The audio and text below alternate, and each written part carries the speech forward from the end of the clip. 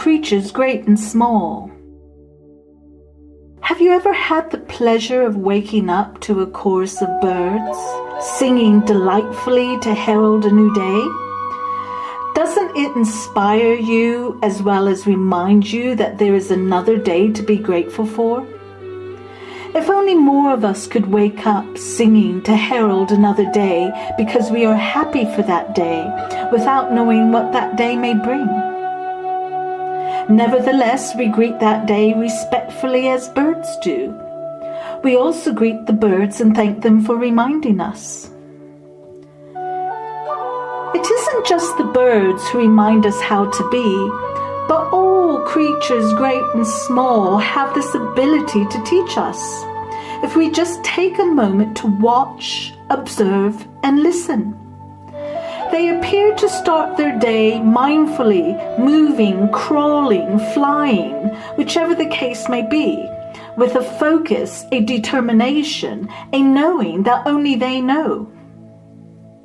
And if they are working in a group, there appears to be one consciousness or intelligence that informs each member of what their part is amongst the whole. They just know, and it appears bigger than just a knowing taking place. They are in unison too, as one, not only knowing their individual role, as well as what roles the others may have that make up the whole, so that all things work in order, cohesively, with the flow, resulting with an outcome nevertheless.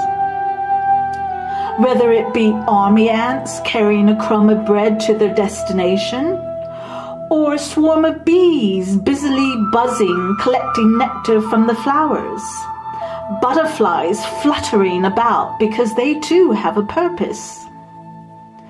It all seems to work in line with how it is, with nature, with flow, with an aim or an outcome.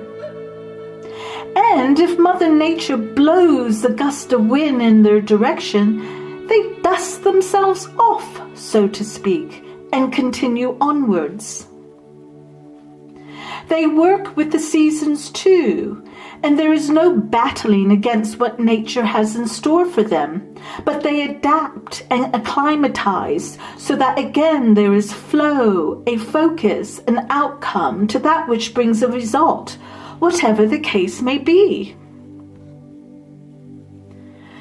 Have you ever observed a donkey chewing a carrot? He, she mindfully chews as if in a mindful meditation, fully aware and in the moment. Every bite has a purpose. That moment is the only moment that exists for the donkey. So they cherish and savor every crunch, chew, and swallow as if internally grateful for every morsel. As humans, we would do well to take time to really watch, observe, and listen to these fascinating creatures to help us come back to what really matters in life. We are reminded how being in the flow with nature and life itself brings wondrous insights and understanding, so that we aren't keen to give up so quickly, but instead have the knowing and understanding that the consciousness of all things alive beat to a similar drum.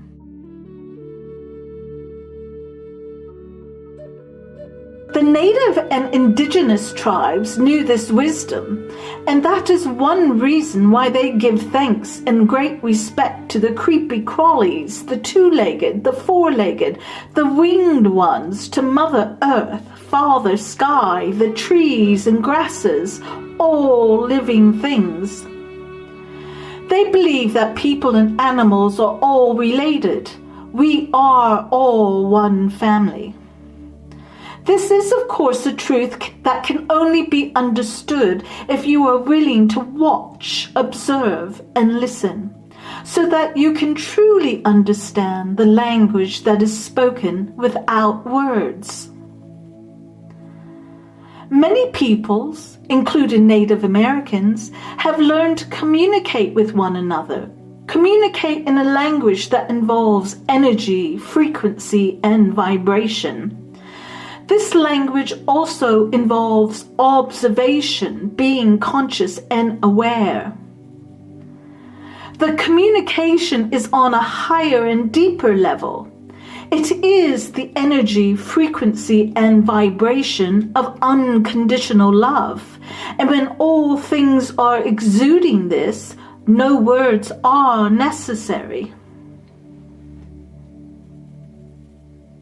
We therefore need to tap into one consciousness that isn't just for humans, but for all creatures great and small, all living things.